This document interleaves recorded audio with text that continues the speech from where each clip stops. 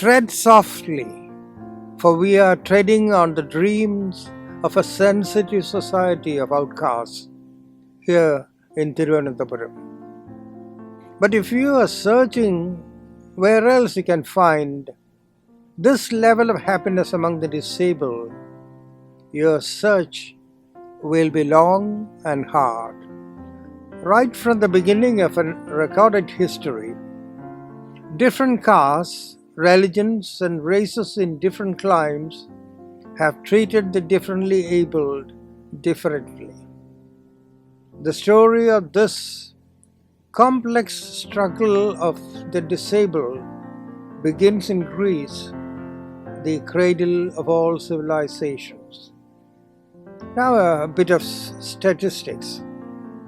The website of the Department of Social Justice, Kerala, lists 33 government centers for the protection of marginalized citizens, aged, physically disabled, or mentally challenged, all across the state. This includes vocational training centers for the differently able,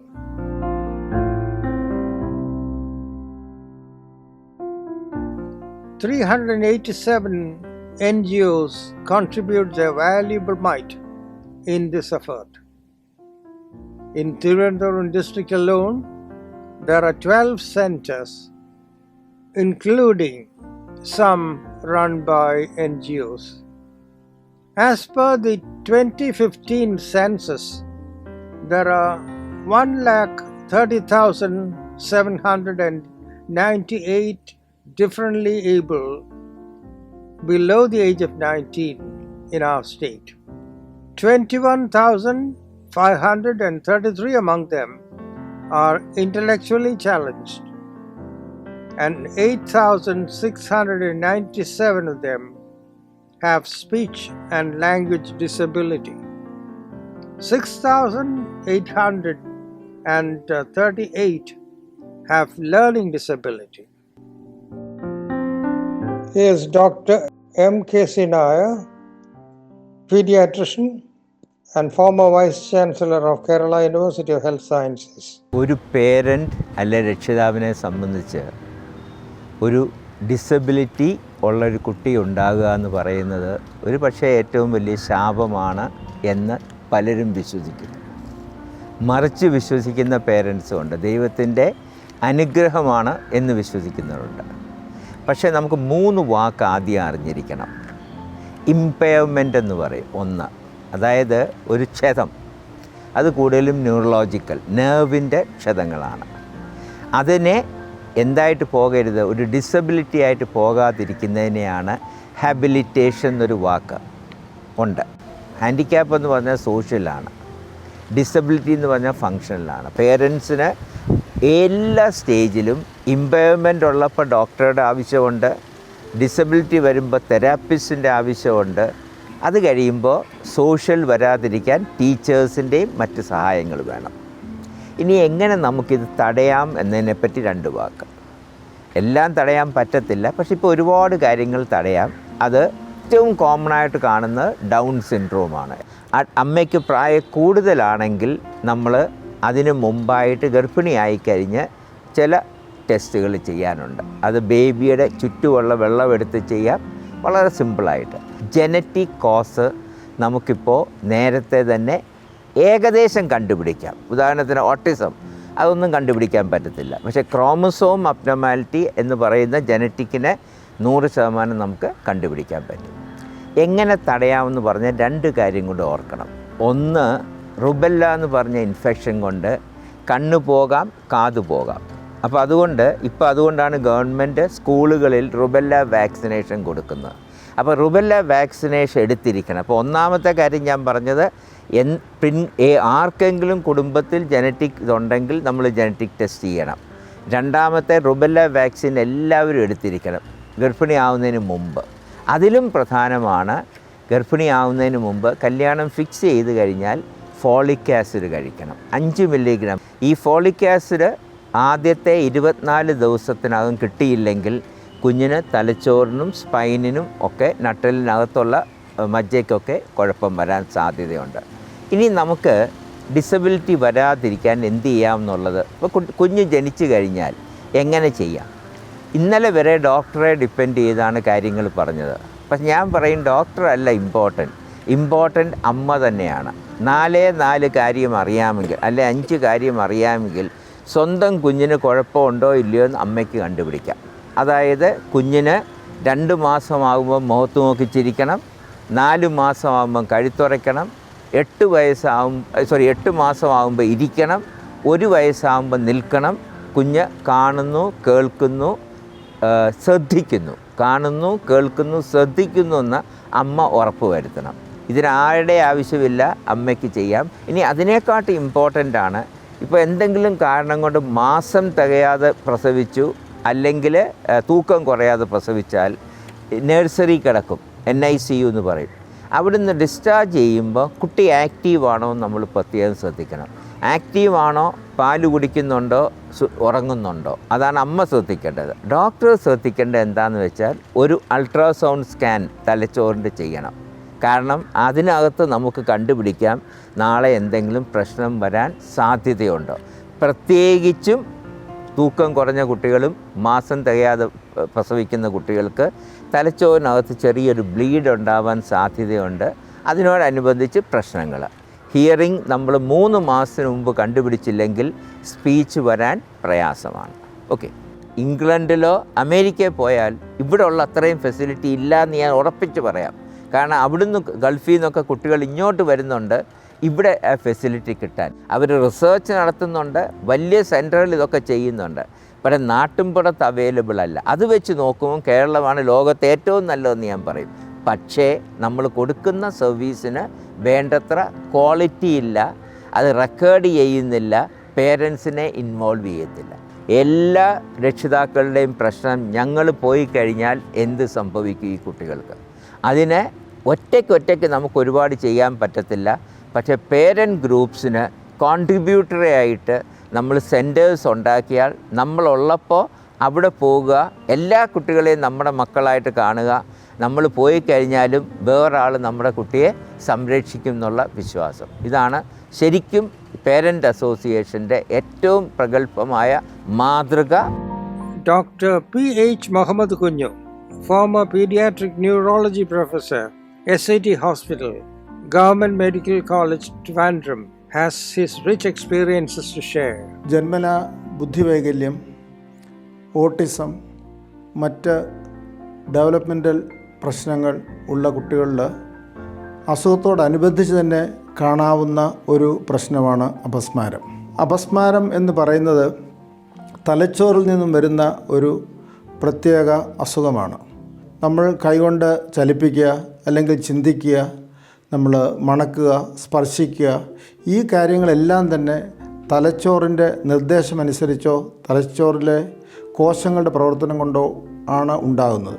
അനിയന്ത്രിതമായി പെട്ടെന്ന് തലച്ചോറിൽ നിന്നും വൈദ്യുത പ്രവാഹം ഉണ്ടാകുമ്പോഴാണ് ഈ അപസ്മാരം ഉണ്ടാകുന്നത്. തലച്ചോറിൻ്റെ എന്തെല്ലാം പ്രവർത്തനങ്ങളുണ്ടോ ആ പ്രവർത്തനങ്ങൾക്കൊക്കെ മാറ്റങ്ങൾ വരാം.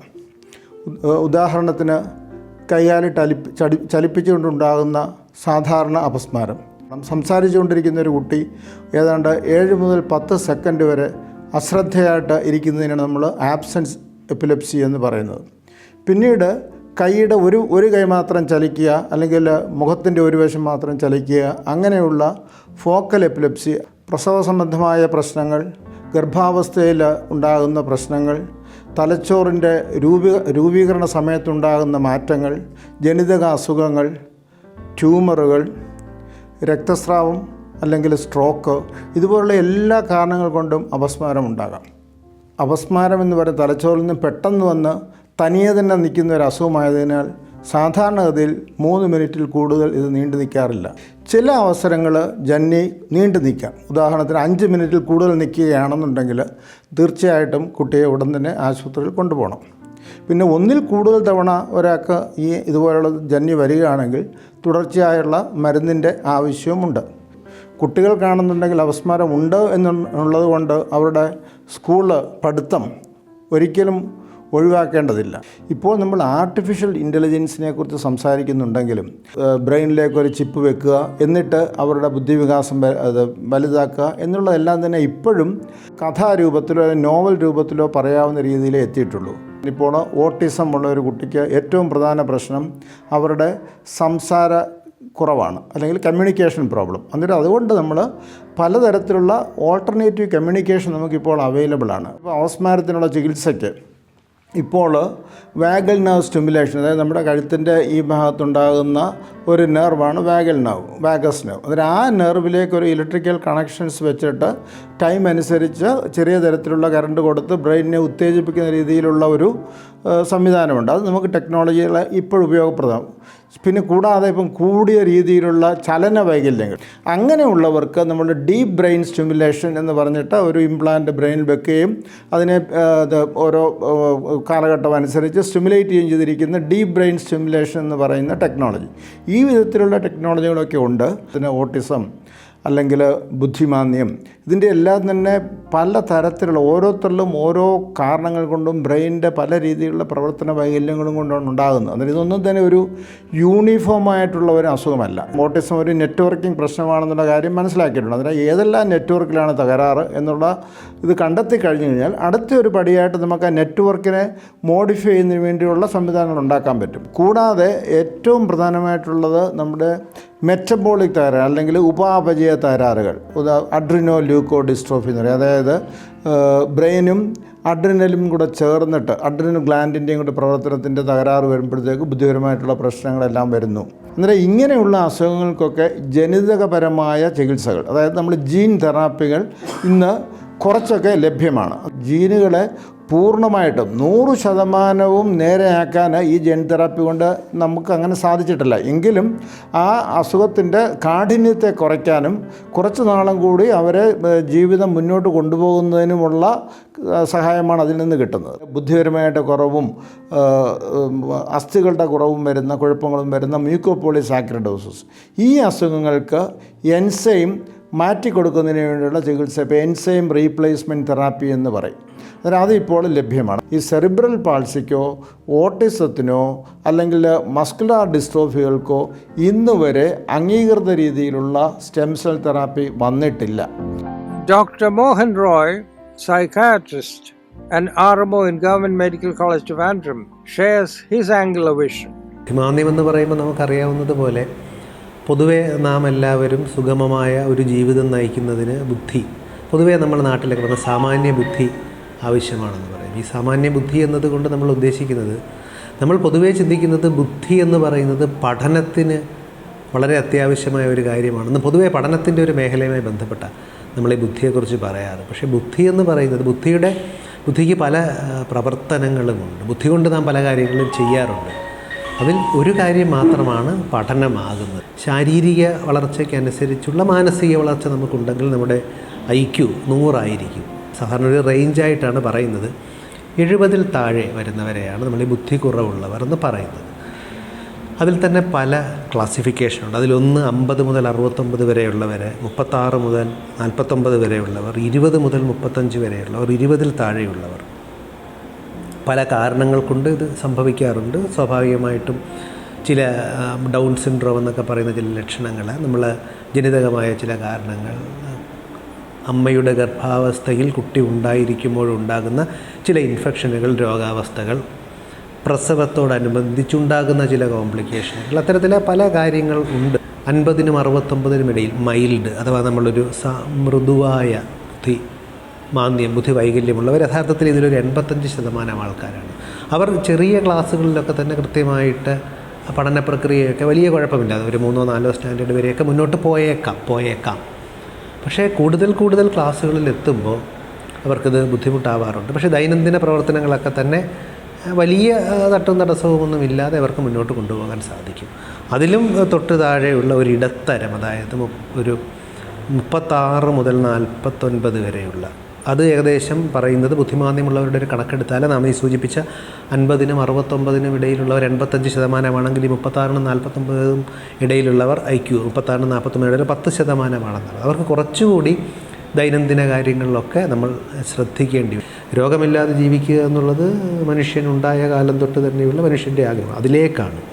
അപ്പോൾ അതുപോലെ ഇത്തരത്തിൽ ഒരു കുഞ്ഞ് ജനിച്ചു കഴിഞ്ഞാൽ ആ കുഞ്ഞിനുണ്ടാകുന്ന ബുദ്ധിമുട്ടുകളും ഈ പേരൻസിനും സമൂഹത്തിനും ഉണ്ടാകുന്ന ബുദ്ധിമുട്ടുകൾ കണക്കിലെടുത്തുകൊണ്ട് ഇതിനെ ഗർഭാവസ്ഥയിൽ തന്നെ എന്താണ് ചെയ്യേണ്ടത് എന്ന് തീരുമാനിക്കാനുള്ള അവകാശം സ്വാഭാവികമായും സംവിധാനങ്ങൾക്കാണ്. അവിടെ ഇത്തരത്തിലുള്ള ചർച്ചകളും മറ്റും ഉണ്ടാവുകയും എന്താണ് നമുക്കതിൽ ശാസ്ത്രീയമായി ചെയ്യാൻ പറ്റുക എന്നുള്ളത് ആലോചിക്കുകയും വേണം. അപ്പോൾ ശാസ്ത്രത്തിനൊരു പരിമിതിയുണ്ട്.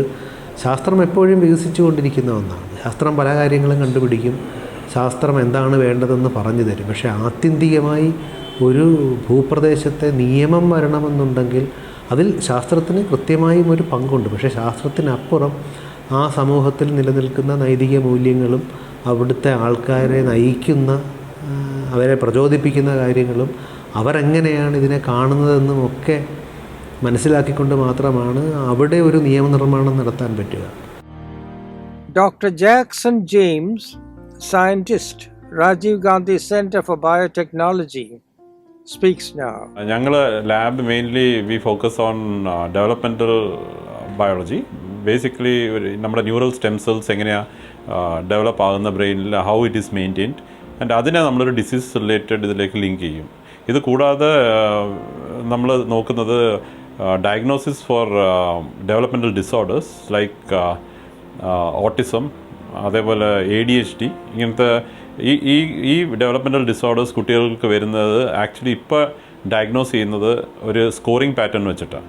അതായത് ടീച്ചേഴ്സ്, അതിൽ ഇൻവോൾവ് ചെയ്യുന്ന ടീച്ചേഴ്സ് ഉണ്ട്, ഡോക്ടേഴ്സ്, സൈക്കാട്രിസ്റ്റ് വരും, പിന്നെ ഓഫ് കോഴ്സ് പേരൻസ്. ഇവരുടെ എല്ലാവരുടെയും ചില ബിഹേവിയറൽ പാറ്റേൺസ് ഇതെല്ലാം വെച്ചിട്ട് അതൊരു സ്കോറിംഗ് പാറ്റേണിലേക്ക് പോകും. എന്നിട്ട് ആ സ്കോർ വെച്ചിട്ട് ഈ കിഡ്സിനെ ഡയഗ്നോസ് ചെയ്യുന്നത് നമ്മൾ അവർക്ക് ഓട്ടിസം ആണോ അതേപോലെ ADHD ആണോ എന്ന്.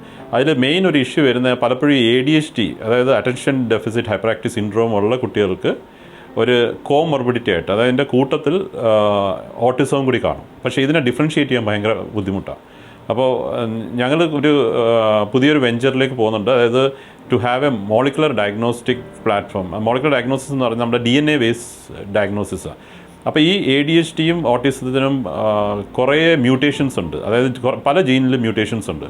അപ്പോൾ നമ്മുടെ ഒരു വലിയൊരു പോപ്പുലേഷൻ ഇങ്ങനത്തെ കിഡ്സിൻ്റെ നമ്മൾ ആ പർട്ടിക്കുലർ ജീൻസ് സീക്വൻസ് ചെയ്തിട്ട് ആ സീക്വൻസിലുള്ള മ്യൂട്ടേഷൻസിനെ പിക്ക് ചെയ്ത് ആ മ്യൂട്ടേഷൻസ് വെച്ച് നമ്മളൊരു ഡയഗ്നോസ്റ്റിക് പ്ലാറ്റ്ഫോം, ഒരു ചിപ്പോ അങ്ങനത്തെ ഒരു ഇതിൽ വന്നു കഴിഞ്ഞാൽ ഈ പ്രത്യേകിച്ച് ADHD പോലത്തെ ഒരു ഡെവലപ്മെൻറ്റ് ഡിസോർഡറുള്ള കുട്ടികളെ നമുക്ക് കൺഫേംഡ് ആയിട്ട് ഡയഗ്നോസ് ചെയ്യാൻ പറ്റും. നമ്മൾ ബിഹേവിയറൽ പാറ്റേൺ കൂടാതെ ഒരു മോളിക്കുലർ ഡയഗ്നോസിസിലേക്ക് വരാൻ പറ്റും. അത് കൂടാതെ നമുക്ക് ഈ കോമോർബിഡിറ്റി, ASD പോലത്തെ, ഓട്ടിസം പോലത്തെ കോമോർബിഡിറ്റിയെയും ഇതിൽ നിന്ന് ഡിസ്റ്റിങ്വിഷ് ചെയ്യാൻ പറ്റും. അപ്പോൾ we can have a accurate diagnosis for ADHD as well as differentiate between autism. അത് ഇപ്പോൾ ഒരു ബുദ്ധിമുട്ടുള്ള കാര്യമാണ്. അപ്പോൾ അതിന് നമുക്കൊരു DNA ബേസ്ഡ് ഡയഗ്നോസിസിൽ പോകാൻ പറ്റും. സോ ഇപ്പോൾ ബേസിക്കലി നമ്മുടെ ഇന്ത്യയിൽ ഇപ്പം വി ഡോണ്ട് ഹാവ് അതിനുള്ള സീക്വൻസ് ഡേറ്റാബേസ് ഈ കിഡ്സിൻ്റെ ഇല്ല. സോ ഫസ്റ്റ് നമുക്ക് ആ സീക്വൻസ് ചെയ്ത് ഡേറ്റാബേസ് ഉണ്ടാക്കേണ്ടി വരും. ആൻഡ് ദെൻ വൺസ് ആ ഡേറ്റാബേസ് ഉണ്ടെങ്കിൽ ആ മ്യൂട്ടേഷൻസ്, പെർട്ടിക്കുലർ മ്യൂട്ടേഷൻസ് പിക്ക് ചെയ്ത് ഒരു മൈക്രോറെ പ്ലാറ്റ്ഫോം പോലത്തെ ഒരു ചിപ്പിൽ പോയിട്ട് ആ chip we can develop it as a diagnostic platform. So that will be very beneficial and possibly it will revolutionise the way ഈ രണ്ട് ഡെവലപ്മെൻറ്റ് ഡിസോർഡേഴ്സിനെ ഡയഗ്നോസ് ചെയ്യുന്ന ആ പ്രോട്ടോക്കോൾ തന്നെ we can change to a molecular based diagnosis. Now listen to Dr. Alex James, Dean of Digital University, Kerala. Brain signals എടുത്ത് അതിൽ എന്താണ് problem, എവിടെയാണ് കറക്റ്റ് ചെയ്യേണ്ടത്, എവിടെയാണ് ഒരു സ്റ്റിമുലേഷൻ കൊടുക്കേണ്ടത്, ഏത് റീജിയൻ ഓഫ് ബ്രെയിനിൽ സ്റ്റിമുലേഷൻ കൊടുത്തു കഴിഞ്ഞാൽ ബെറ്റർ ആവും, അങ്ങനത്തെ ഒരു അസസ്മെൻറ്റ് ഇന്നത്തെ AI ടെക്നിക്സ് യൂസ്ഫുൾ ആയിരിക്കും. അപ്പോൾ ഇന്ന് പ്രാക്ടിക്കലി യൂസ് ചെയ്യണമെങ്കിൽ, ഒരു ട്രീറ്റ്മെൻറ്റൊക്കെ യൂസ് ചെയ്യണമെങ്കിൽ ഈ ഒരു രീതിയിൽ യൂസ് ചെയ്യാം. ആ ഒരു EEG സിഗ്നൽസും ഒരു FMRI സിഗ്നൽസും എടുത്ത് ആ സിഗ്നൽസ് എടുത്തിട്ട് എന്താണ് പ്രോബ്ലം എന്ന് ഐഡൻറ്റിഫൈ ചെയ്യാനും ക്ലാസിഫൈ ചെയ്യാനും എവിടെയാണ് ഏത് പാർട്ട് ഓഫ് ബ്രെയിനിലാണ് ട്രീറ്റ്മെൻറ്റ് കൊടുക്കേണ്ടതും അങ്ങനത്തെയുള്ള എല്ലാ കാര്യങ്ങളും ഇന്നത്തെ ഒരു AI ടെക്നിക്സ് വെച്ച് യൂസ് ചെയ്യാം. ഇപ്പോൾ ന്യൂറൽ ലിങ്ക് പോലെയുള്ള കുറേ കമ്പനീസൊക്കെ ചെയ്യുന്നത് ഒരു റിയൽ ടൈം സിസ്റ്റം ബിൽഡ് ചെയ്യാനാണ് നോക്കുന്നത്. ഒരാൾ എന്താ ചിന്തിക്കുന്നത്, ആ ചിന്തിക്കുന്ന സാധനം നമുക്ക് ലാപ്ടോപ്പിൽ കാണാൻ പറ്റുമോ, അങ്ങനത്തെയൊക്കെ ഒരു ക്വസ്റ്റ്യൻസാണ് അവർ നോക്കുന്നത്. അപ്പോൾ അത് റിയൽ ടൈം ചാലഞ്ചാണ്. അപ്പോൾ റിയൽ ടൈം ചാലഞ്ച് ചില സാധനങ്ങളൊക്കെ ചെയ്യാൻ പറ്റും, ചിലതിപ്പോൾ ഒരു ഫീഡ്ബാക്ക് കൊടുക്കുന്ന സാധനങ്ങളൊക്കെ ആണെങ്കിൽ ബുദ്ധിമുട്ടായിരിക്കും. ഈവൺ അത് ബിൽഡ് ചെയ്ത് കഴിഞ്ഞാലും then next set of questions എന്ന് പറഞ്ഞാൽ എത്തിക്കൽ ക്വസ്റ്റ്യൻസ് വരും. അതിലെന്തെങ്കിലും മിസ്ഹാപ്പ് ഉണ്ടായി കഴിഞ്ഞാൽ അതിൻ്റെ ലീഗൽ റിലേറ്റഡ് റെസ്പോൺസിബിലിറ്റി ആരെടുക്കും? ആ കമ്പനി എടുക്കുമോ, അതോ ആ ആളെടുക്കുമോ, ആ ഡെവലപ്പർ എടുക്കുമോ, ആരാണെന്നുള്ള അങ്ങനത്തെയുള്ള കുറേ ക്വസ്റ്റ്യൻസ് ഇപ്പോഴും അൺആൻസേർഡ് ആണ്. ഇപ്പോഴും ഒരു ഏർലി സ്റ്റേജസിലെ കുറേ ടെസ്റ്റിങ്ങുകളും പ്രിലിമിനറി റിസൾട്ട്സ് ആണുള്ളത്. പക്ഷേ ഓവർ ദി ഇയേഴ്സ് അത് ടൈം ടെസ്റ്റ് ചെയ്ത് കഴിഞ്ഞാൽ ഇതിൻ്റെ ഇമ്പാക്റ്റ് എത്രത്തോളം ഉണ്ടാവുള്ളൂ എന്നുള്ളത് ക്ലിയർ ആയിട്ട് അറിയുള്ളൂ. ബ്രെയിൻ്റെ ആക്ടിവിറ്റീസ് നമുക്ക് കൺട്രോൾ ചെയ്യാനും മോണിറ്റർ ചെയ്യാനും ചേഞ്ച് ചെയ്യാനും പറ്റിക്കഴിഞ്ഞാൽ then it also means like ഒരു സെറ്റ് ഓഫ് ആൾക്കാർക്ക് ഓക്കെ ഇൻ്റലിജൻ്റ് ആയിട്ടുള്ള ആൾക്കാരെ മാത്രം മതി എന്ന് ഡിസൈഡ് ചെയ്യുന്നത്, ഒരു പ്രോഗ്രാം ഡിസൈഡ് ചെയ്യുന്ന ഒരു സിനാരിയോയിലോട്ട് പോകുന്നതിന് ഒക്കെ പോസിബിലിറ്റീസ് ഉണ്ട്. ആൻഡ് അത് കറക്റ്റായിട്ട് വന്നിട്ടില്ലെങ്കിൽ പ്രോബബ്ലി തിങ്സ് മൈറ്റ് വിചാരിച്ച പോലെ എപ്പോഴും പ്രോഗ്രാം റൺ ചെയ്യണമെന്നില്ല. ഈവൻ AI ആൽഗോറിതംസ് ഡെവലപ്പ് ചെയ്യുന്ന കൂടുതൽ ഡെവലപ്പ് ചെയ്യും തോറും ഇവൻച്വലി ഒരു മെഷീൻ പോലും ഡിസൈഡ് ചെയ്തേക്കാം എങ്ങനെ വേണം ഒരാളുടെ ബ്രെയിൻ ആക്ടിവിറ്റി ഉണ്ടാവേണ്ടതെന്ന്. ഒരു പോസിബിലിറ്റിയാണ് ഹ്യൂമൻ ബ്രെയിൻ തന്നെ യൂസ് ചെയ്തുകൊണ്ട് എങ്ങനെ സൂപ്പർ ഇൻ്റലിജൻസ് ഉണ്ടാക്കാം. അപ്പം കളക്റ്റീവ് ഇൻ്റലിജൻസും super intelligence it's like a well debated thing in ഒരു AI നോക്കിക്കഴിഞ്ഞാൽ ഇറ്റ്സ് വെരി ഡിബേറ്റഡ്. അതിൽ ഒരു പെർട്ടിക്കുലർ അപ്രോച്ചാണ് ഈ ഹ്യൂമൻ ബ്രെയിൻ യൂസ് ചെയ്തിട്ടുള്ളത്. Then another is genetic modify ചെയ്തിട്ട് can you create like super intelligence, അതാണ് വേറൊരു അപ്രോച്ച്. പിന്നെ കമ്പ്യൂട്ടിംഗ് കപ്പാബിലിറ്റി കൂട്ടിക്കൊണ്ടിട്ട് can you create like a super intelligence. ഒരു side definitely it will help ഒരു എന്തെങ്കിലും പ്രോബ്ലംസും ഡിസീസസും കാര്യങ്ങളും ഉണ്ടെങ്കിൽ അതിനൊരു ട്രീറ്റ്മെൻറ്റ് എന്നുള്ള രീതിയിൽ സർട്ടൻ അസിസ്റ്റൻസ് ഉണ്ടായിന്ന് വരും. ഇവിടെ അറ്റ് ദ സെയിം ടൈം അതിൻ്റെ ഒരു ഡൗൺ സൈഡ് ഈസ് ലൈക്ക് ഒരു ഈ സൂപ്പർ ഇൻ്റലിജൻസും ഒരു യൂട്ടോപ്യൻ സൊസൈറ്റി ക്രിയേറ്റ് ചെയ്യാനുള്ള ഒരു എഫേർട്ടും കാര്യങ്ങളൊക്കെ ഒരു സൈഡിൽ നിന്ന് ഡെവലപ്പ് ചെയ്തെന്ന് വരാം. ജസ്റ്റ് ലൈക്ക് ഒരു അറ്റോമിക് ബോംബും ഒരു ന്യൂക്ലിയർ പവർ പ്ലാന്റും ഒരേ ടെക്നോളജി യൂസ് ചെയ്യുന്നു. How we use it makes the difference. Dr. Baby Chakravarni, PS, Director, Center for Neuroscience, CUSET, Cochin University, speaks now. American association of intellectual and developmental ഡിസബിലിറ്റീസിൻ്റെ 2010 കണക്കുകൾ പ്രകാരം ലോകത്താകമാനം ഏകദേശം 2-3% വരെ ആളുകളിൽ ഭൗതിക വികസന വൈകല്യമുള്ളതായി പറയപ്പെടുന്നു. നാഡീവികസന പ്രക്രിയയുടെ പശ്ചാത്തലത്തിൽ ഭൗതിക വികസന വൈകല്യം എന്നത് ഭൗതിക ക്ഷമതയിലുള്ള കുറവും ചുറ്റുപാടുകൾക്ക് അനുയോജ്യമായ തരത്തിൽ പെരുമാറാൻ കഴിവില്ലാത്ത അവസ്ഥയുമാണ്. ഈ അവസ്ഥ ആശയപരമായ വൈദഗ്ധ്യത്തെയും സാമൂഹികമായ പ്രവർത്തനക്ഷമമാകേണ്ട കഴിവുകളെയും പരിമിതപ്പെടുത്തുന്നു. ഈ വൈകല്യങ്ങൾ കുട്ടിയുടെ വികസന കാലഘട്ടത്തിൽ, അതായത് 22 വയസ്സിനുള്ളിൽ രൂപപ്പെടുന്നു. ഭൗതിക വൈകല്യം ഉണ്ടാകാനുള്ള കാരണങ്ങൾ നിരവധിയാണ്. അതിൽ പ്രധാനപ്പെട്ടവ ജനിതക കാരണങ്ങളുണ്ട്. അതിന് ഉദാഹരണം ഡൗൺ സിൻഡ്രോം. അതുകൂടാതെ പ്രസവ സമയത്തെ സങ്കീർണതകൾ, ഉദാഹരണത്തിന് സീക്ക വൈറസ് ഇൻഫെക്ഷൻ, പ്രസവ സമയത്ത് കുഞ്ഞിനുണ്ടാകുന്ന ഓക്സിജൻ്റെ അഭാവം, അതുകൂടാതെ പ്രസവശേഷം ഉണ്ടാകുന്ന മെനിഞ്ചൈറ്റിസ് പോലുള്ള അവസ്ഥകൾ പ്രധാനപ്പെട്ട കാരണങ്ങളാണ്. മേൽ സൂചിപ്പിച്ച പ്രശ്നങ്ങളെല്ലാം കുട്ടിയുടെ തലച്ചോറിൻ്റെ വികസനത്തെ പ്രതികൂലമായി ബാധിക്കുന്നുണ്ട്. തലച്ചോറിൻ്റെ വികാസം എന്നത് ചിട്ടയായ എന്നാൽ അതിസങ്കീർണമായ ഒരു പ്രക്രിയയാണ്. ഒരു കുട്ടിയുടെ വളർച്ചയ്ക്കനുസരിച്ച് തലച്ചോറിൻ്റെ വികാസം ചില പ്രത്യേക ഭാഗങ്ങളെ കേന്ദ്രീകരിച്ചുകൊണ്ട് വ്യത്യസ്തമായ തോതുകളിൽ രൂപപ്പെടുന്നു. എന്നാൽ ജീനുകളുടെയും ചുറ്റുപാടുകളുടെയും സ്വാധീനം മൂലം ഈ വികസന പ്രക്രിയയിലും തലച്ചോറിൻ്റെ സ്വാഭാവിക പ്രവർത്തനങ്ങളിലും ഗണ്യമായ മാറ്റങ്ങളും തകരാറുകളും സംഭവിക്കുന്നു. ഭൗതിക വൈകല്യങ്ങൾ ഉള്ളവരിൽ ഹിപ്പോക്യാമ്പസ്, അതുകൂടാതെ കോർട്ടിക്കൽ ഭാഗങ്ങളിലെ നാഡീപടലങ്ങളുടെ അല്ലെങ്കിൽ ന്യൂറൽ നെറ്റ്വർക്കിൻ്റെ ക്രമീകരണത്തിലും പ്രവർത്തന രീതിയിലും വ്യത്യാസങ്ങൾ ഉള്ളതായി ന്യൂറോ സയൻസ് ഗവേഷണങ്ങൾ രേഖപ്പെടുത്തിയിട്ടുണ്ട്. പരിശീലനത്തിലൂടെയും ആവർത്തനങ്ങളിലൂടെയും തലച്ചോറിൻ്റെ ന്യൂറോ പ്ലാസ്റ്റിസിറ്റി എന്ന കഴിവിനെ ഉത്തേജിപ്പിക്കാനാവും. ഇതുവഴി പുതിയ കാര്യങ്ങൾ പഠിക്കാനും പുതിയ ശീലങ്ങൾ ഉണ്ടാക്കാനും പുതുമയുള്ള ആലോചനകൾ നടത്താനും കഴിയുന്ന തരത്തിലുള്ള ന്യൂറൽ പാത്വേകൾ സൃഷ്ടിക്കാനും ശക്തിപ്പെടുത്താനും അല്ലെങ്കിൽ സ്ട്രോങ് ആക്കാനും സാധിക്കും.